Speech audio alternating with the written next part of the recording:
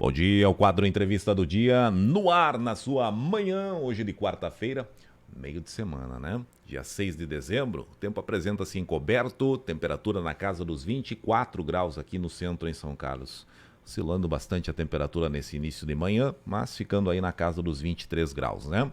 7h37, deixa eu falar para a Farmácia São Jorge, Farmácia do Juarez, bem no centro, Avenida Santa Catarina, 40 anos, 4 décadas de história, Farmácia São Jorge. A parceria também conosco por aqui, sempre para a Sicredi Conexão, na Monteiro Lobato, no centro em São Carlos, agência há mais de 16 anos, com atendimento também para ponto de atendimento em Cunhataí e Águas de Chapecó, onde dispõe, claro, de um amplo e moderna agência Sicredi Conexão e Farmácia São Jorge. Aliás, a farmácia tem também laboratório para exames e atendimento diário, das 15 para 7 às 22 horas, aos sábados também e nos domingos, das 7 da manhã ao meio-dia e das 14h30 às 21 horas. Farmácia São Jorge. Após consultar o seu médico, não deixe de aviar a sua receita com a Farmácia São Jorge, a farmácia do Juarez. 7h38, nosso convidado já está aqui e a gente anunciou que estaríamos recebendo aqui o engenheiro agrônomo da Epagre, aqui, escritório local São Carlos,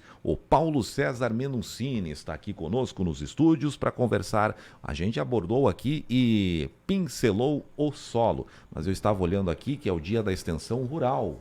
Hoje também. E é pauta também. A pauta a gente não combinou, a gente vai conversar aqui livremente. Paulo, bom dia. Bom dia, Elvis. Bom dia aos ouvintes da Tropical, especialmente aos agricultores, né? E hoje nós queremos tocar mais uma vez num assunto que sempre, é né? Muito importante, né? E todos eles são importantes, porque o leque é grande, né? O leque é grande, é aberto. Muito e grande. Um interfere no outro. É, porque um liga o outro, né? Liga Isso outro. que é curioso nessa informação, nesse tema que a gente aborda aqui, voltado aí para parte técnica, efetivamente, tá bom, minha gente? Mas o solo, ontem nós tivemos um capítulo diferente ontem, né? Mas voltado à Epagre no todo Santa Catarina, Paulo. Só explica para nós. Então, Elvis, na verdade é assim, ó, a FAO, né, Organização das Nações Unidas para a Agricultura e Alimentação, ela entendeu e definiu um momento para nós refletir sobre a questão do solo, né? Ok. E a partir de 2014, anualmente, no dia 5 de dezembro, então, se comemora a nível mundial, o Dia do Solo. Certo. Né? Na verdade, o Dia do Solo é todo dia, né? Todo dia. Mas é um momento, assim como outras tantas datas que a gente tem para refletir, né? Dá aquele estalo, né? É isso. Opa, parou para pensar. Precisamos parar e dar uma atenção, né? Então, antes de você continuar, eu já tenho que te perguntar, como é que está o nosso solo, então? Bueno, aí depende. Eis a questão? Eis a questão. Né? Para a agronomia, a chave é o depende, né? Tudo depende do olhar que tu faz. E essa é uma situação bem bacana, né, Elvis? Porque, assim, para nós aqui da cidade, o solo é meramente um espaço para você assentar a tua residência, ter teu quiosque, tua área de grama, de jardim, enfim, né? Mas para a gente que trabalha com agricultura, né, e os agricultores especialmente, né, porque nós técnicos somos uma ponte, né, somos apenas um elo com o agricultor e a cidade, né? Mas para o agricultor o solo é a base de tudo. Okay. E quando a gente fala para o agricultor, indiretamente para nós da cidade também, né? Uma vez que mais de 95% do alimento que chega à nossa mesa, né, ele depende basicamente de dois fatores, solo e água, né? E aí os dois fatores estão intimamente ligados, né? Principalmente agora nesses últimos 2 meses, né, outubro para cá, nossa região vem sentindo muito mais forte essa ligação entre solo e água, né? As chuvas estão dando sinais aí para nós de que a gente precisa ter um novo olhar, né? E junto com as chuvas também, né, cara, o que acontece é uma erosão muito forte. Certo. Então, hoje, se tu for conversar com a maioria dos agricultores, e não é só aqui do nosso município, a região toda, né, eles vão relatar perdas enormes na agricultura. Isso nesse último ano aqui, né? Nessa safra. Vamos falar só dessa última safra de verão aqui, né? Como referência. Isso. Né? Porque é muita chuva, né? Certo. Então, a planta sente demais, o fertilizante que o agricultor consegue colocar quando consegue entrar na lavoura, em uma semana ele praticamente vai embora, né? Com a questão da chuva forte, né? Torrenciais às vezes, né? Então a planta não consegue produzir eficientemente. Ela vai produzir, mas vai deixar de fazer, ou no caso do milho, granar, ou fazer o enchimento do grão mais aqui para frente, né? Então a gente vai ter perdas significativas nas lavouras. E quando o agricultor tem perdas, nós aqui da cidade sentimos muito mais, né? Porque é uma cadeia, tudo influencia, né? Então a ideia da FAO nesse dia, no dia 5 de dezembro, que é o Dia Mundial do Solo, é muito mais para a gente fazer uma reflexão sobre as ações nossas, né? E quando a gente fala ação do agricultor, não é só a ação do agricultor, mas é nós aqui da cidade, é o poder público também, o que pode contribuir para que a gente possa ter uma ação futura sem ter problemas, como está acontecendo ultimamente. A gente está vendo cada situação na TV que fica, bom, mas como é que chegou a esse ponto, né? Pois é, bastante situações, sul, norte, de ponta a ponta, né? Exato. Então você tem uma lei da física que diz assim, para cada ação existe uma reação.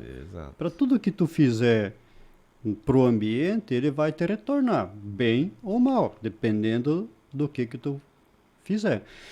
Então, nessa situação, esse ano, o que a FAO disse, né? Vamos pensar sobre solo e água como uma fonte de vida. Né? E aí o que a gente percebe, né? As comunidades, as sociedades que conseguem enxergar o solo e o ambiente como um fator de produção sustentável, que promove ações para sustentar ele, ou seja, para ele ter uma sustentabilidade ao longo dos períodos, né? Ao longo das gerações, são nações muito bem sucedidas, porque a alimentação é a base de tudo, né? Tu pode até não trocar o carro esse ano, mas o alimento tu vai ter que sentar à mesa e comer 3 vezes por dia, mínimo, Você né? vai ter que buscar, pelo menos. Vai ter que buscar. Então, assim, como é que a gente pensa uma sociedade sustentável olhando para a base dessa sustentabilidade, que é o solo e que é a água? Sem esses 2 elementos, não tem, né? E esses 2 elementos estão ao nosso alcance. Diferente do hidrogênio, do oxigênio, do carbono, que esses estão na natureza. A gente tem eles de livre acesso, né? Não tem fronteiras, né? A gente pega ele onde a gente estiver. Mas o solo e a água não, né? A gente tem um limite, né? A gente tem um limite da propriedade, a gente tem um limite do nosso terreno na cidade, a gente tem um limite do município, né? E a gente precisa pensar eles, né? Como é que a gente está tratando esse solo, né? Legal. Como é que a gente está tratando da água, né? E como o Paulo disse que muito depende, a visão de como você olha o solo, né? Mais voltado à agricultura, você já disse que perdas teremos, né? Teremos específico aqui para com a última safra, inclusive. Mas começa pelo urbano aqui também, né? Também. Aqui no urbano também a gente vê situações, às vezes, que assim, colocam a gente a pensar, né? Talvez para a grande maioria das pessoas que não tem isso no cotidiano, essa percepção passa meio que desapercebida. É só mais uma obra, é só mais uma situação que passa, né? Mas para quem trabalha com isso já se questiona, né? A cada ação, né? A cada ação que tu vê, às vezes, que poderia ser diferente, você acaba pensando, pô, mas e se fosse fazer diferente, né? Então, são situações que são intrínsecas ao perímetro urbano e ao perímetro rural também, cada qual com os seus pormenores, né? Mas o importante, Elvis, assim, é que a gente tenha esse espaço para a gente refletir. Exato. E eu trouxe alguns dados, assim, só para a gente fazer uma analogia aí com a questão da produção. A gente fala, agora a gente não lembra, a gente esqueceu já de 3 anos atrás da estiagem forte, né? 3 anos atrás. 2019, 2020, 2021. Eu ia dizer 2 anos atrás, mas então 3 anos atrás que nós tivemos uma intensa estiagem, que a gente falava ao contrário da safra, prejudicada naquele momento pela estiagem, pela falta da chuva. Pois é. Hoje nós estamos falando do excesso. Excesso de chuva, excesso de água. Ciclo. E a gente tem assim, ó, um solo saudável, por isso que a gente sempre bate na tecla que a gente precisa reaprender a trabalhar com o solo. Né? Aquilo que os nossos avós, bisavós faziam quando vieram para cá, que colonizaram, a gente vai ter que voltar a fazer o que eles faziam, né? Olhar o solo. Né? Por que eles faziam a derrubada da mata, faziam uma safra e depois deixavam virar capoeira aquela área para dali 3, 4 anos voltar a derrubar ela? Tinha uma lógica nisso, que é de fazer a recuperação do solo. Né? Então você pegar, por exemplo, um solo saudável, um solo que tenha uma boa estrutura, que tenha um bom teor de matéria orgânica, para cada metro cúbico de solo a gente consegue armazenar até 250 litros de água. Ou seja, 1/4 daquele volume é água. Né? Num solo bom, bem trabalhado, bem estruturado. Num solo que não tem essa condição de trabalho, você vai ter aí no mínimo uma perda de 50% desse volume de água. Metade.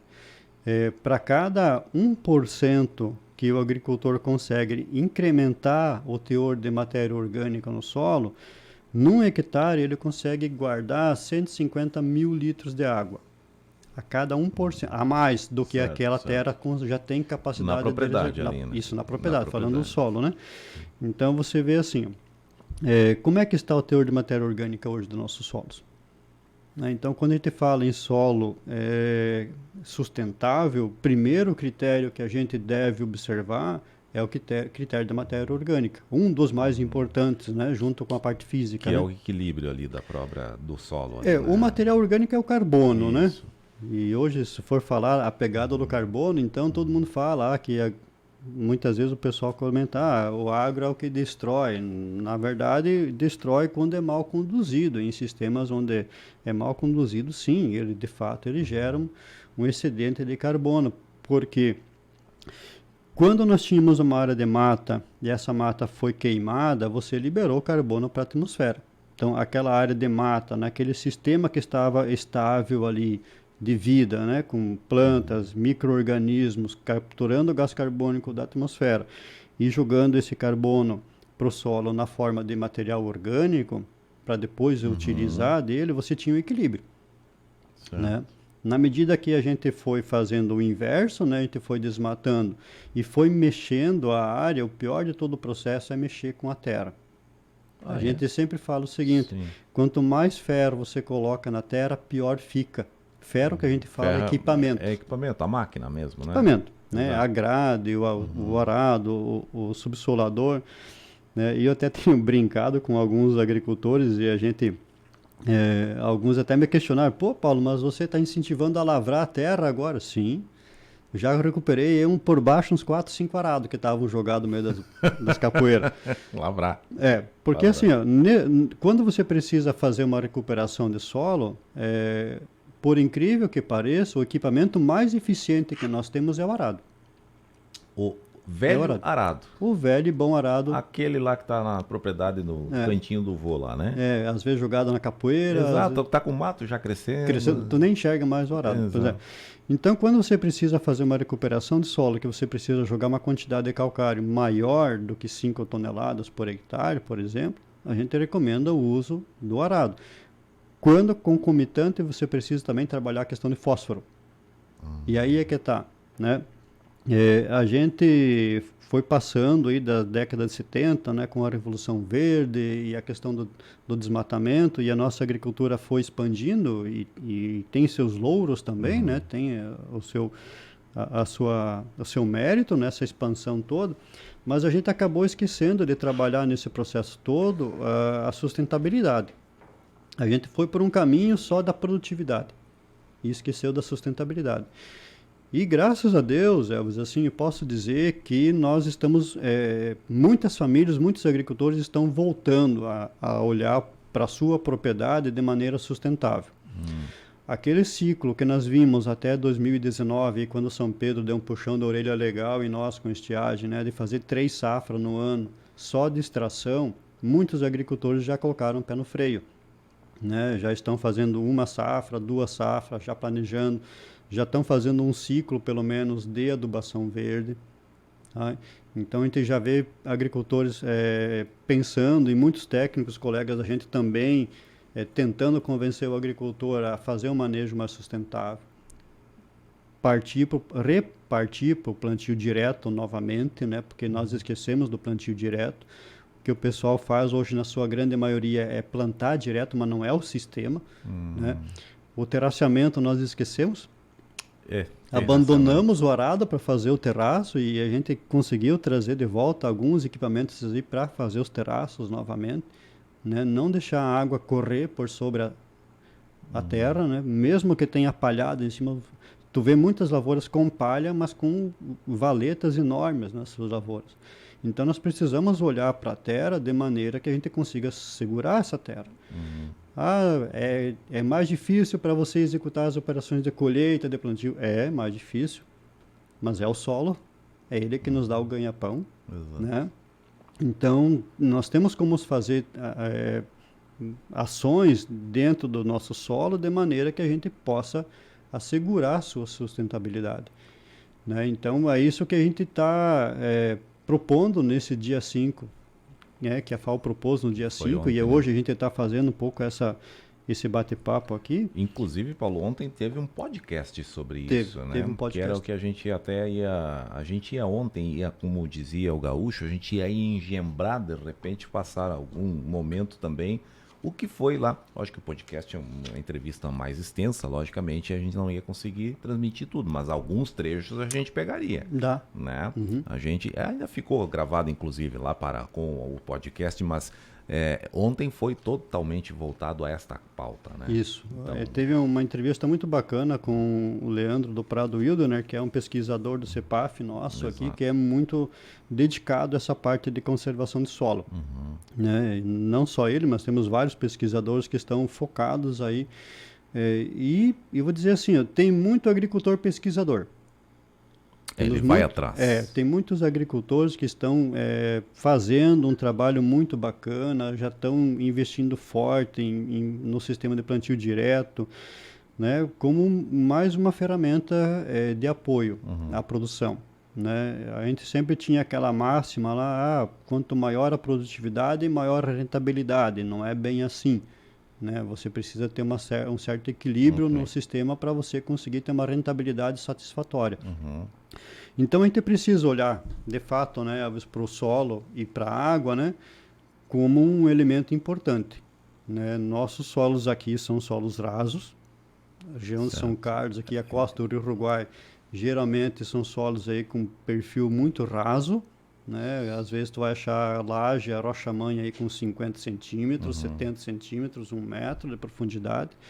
Então, como é que a gente faz para você manter água estocada e um solo produtivo numa região dessa? Algo que me chamou a atenção do que você falasse aí, Paulo, foi as valetas nas roças, que você percebe que não é certo, né?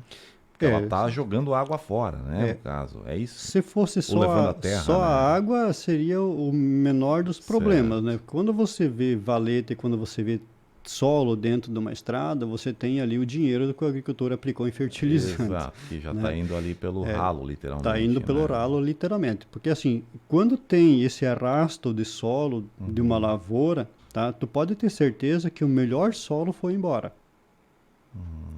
Naquela área onde houve o escorrimento, o melhor solo foi embora. E se tu for olhar para a valeta, tu vai achar só o solo firme, rígido, né?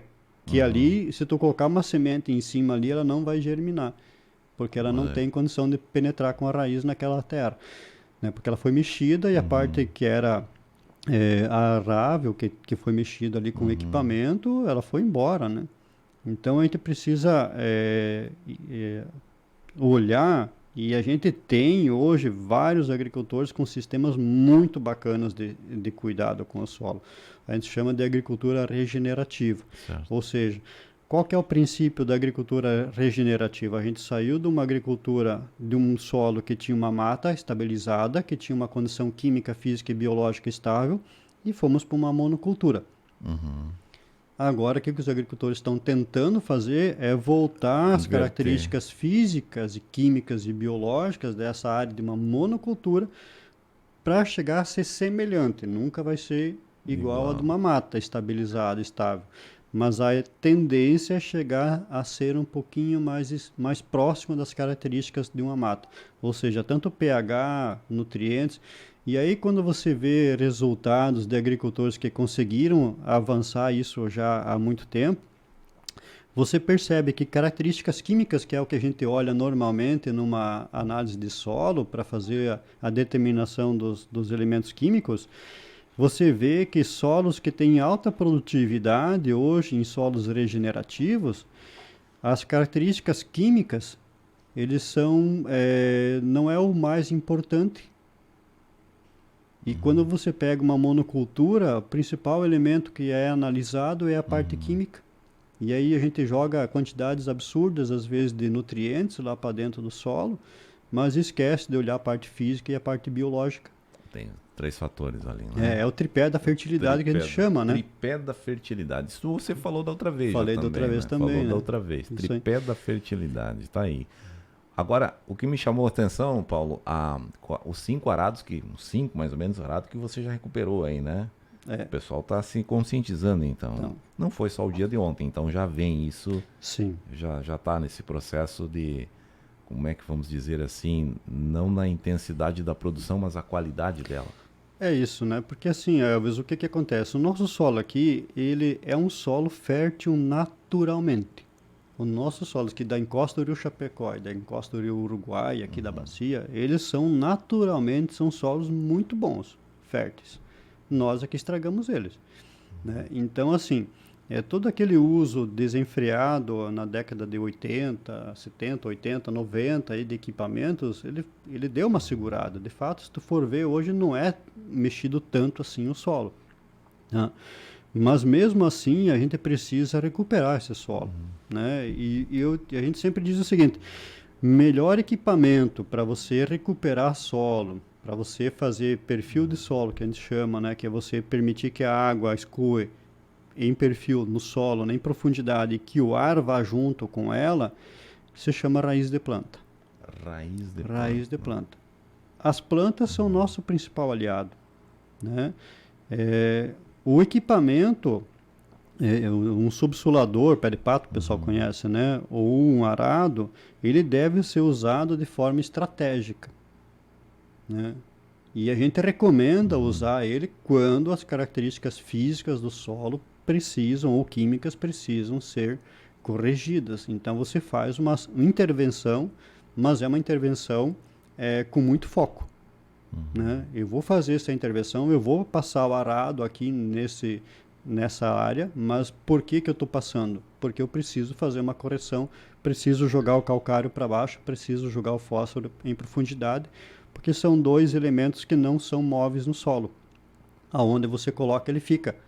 Então eu preciso jogar isso em uma certa profundidade, pelo menos a 25 centímetros de profundidade, para que eu estimule a raiz da planta comercial a descer e buscar os nutrientes, né? Que ela faça a correção do alumínio tóxico, né? Corrija o pH e leve os nutrientes para baixo.